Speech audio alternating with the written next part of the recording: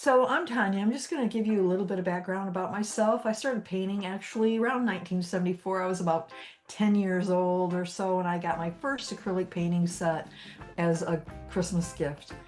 And in 1980, I made my first art sale. I did a series of pen and ink illustrations that were used as a coloring book for the Chamber of Commerce where I lived.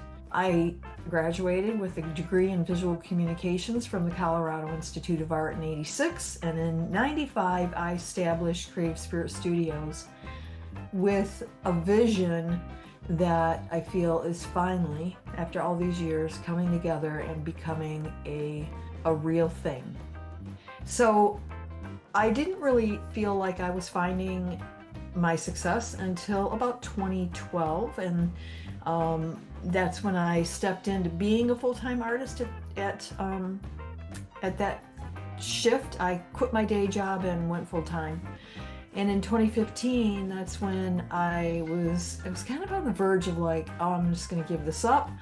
And that's when personal energy portraits were born, and I started doing something new with my artwork. Here's why it took me so long. First of all, when you're starting out, you don't have a clue.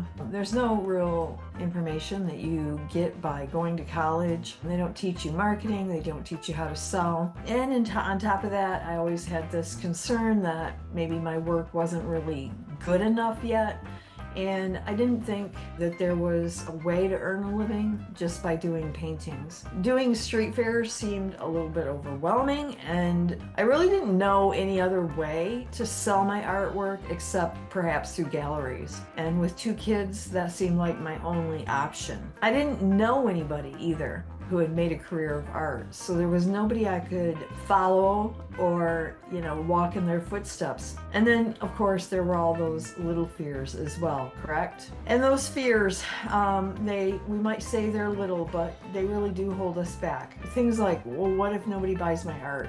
Or they don't even like it, or if they laugh at me and make fun of my art, or make fun of me because of my art. What if I spend all this time and I still don't make sales and I end up looking like a failure? We must shift our mindsets. We need to lean into our uniqueness. So a lot of times I find that artists try to hide that thing that makes them different. They try to hide the uniqueness that they carry within them, and we really can't do that. We have to embrace it. We need to find our authenticity, the thing that makes us who we are, and be brave enough then to try something new. So I'm going to share 3 shifts. So number 1 is stop comparing yourself to others. This is something I did a lot.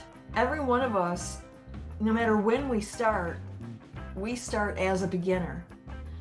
And every one of us, no matter what kind of coach or mentor or whatever we have, it doesn't matter when we start or how much we progress, we are getting better each time we create another piece of art.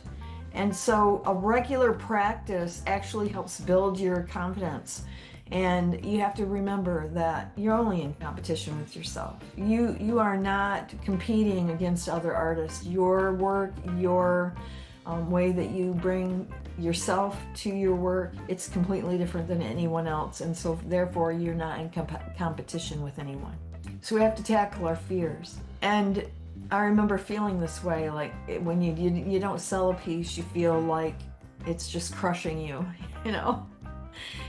It felt like maybe that piece wasn't good.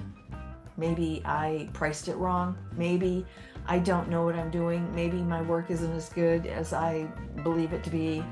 Maybe I'm in the wrong place. Maybe I'm showing it to the wrong people.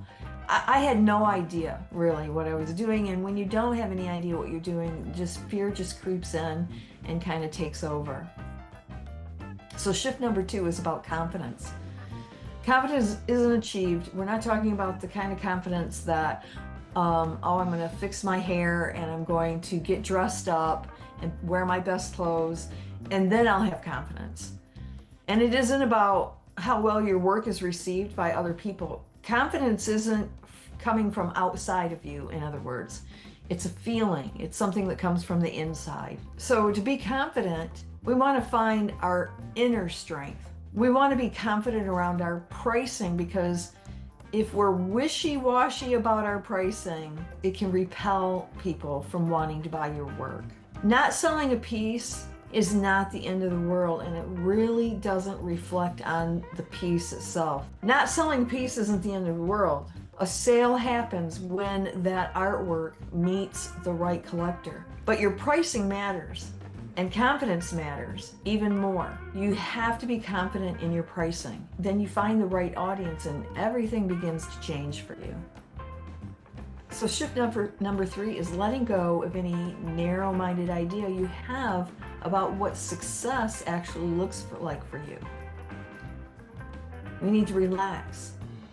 We need to let things fall into place. We need to stop struggling.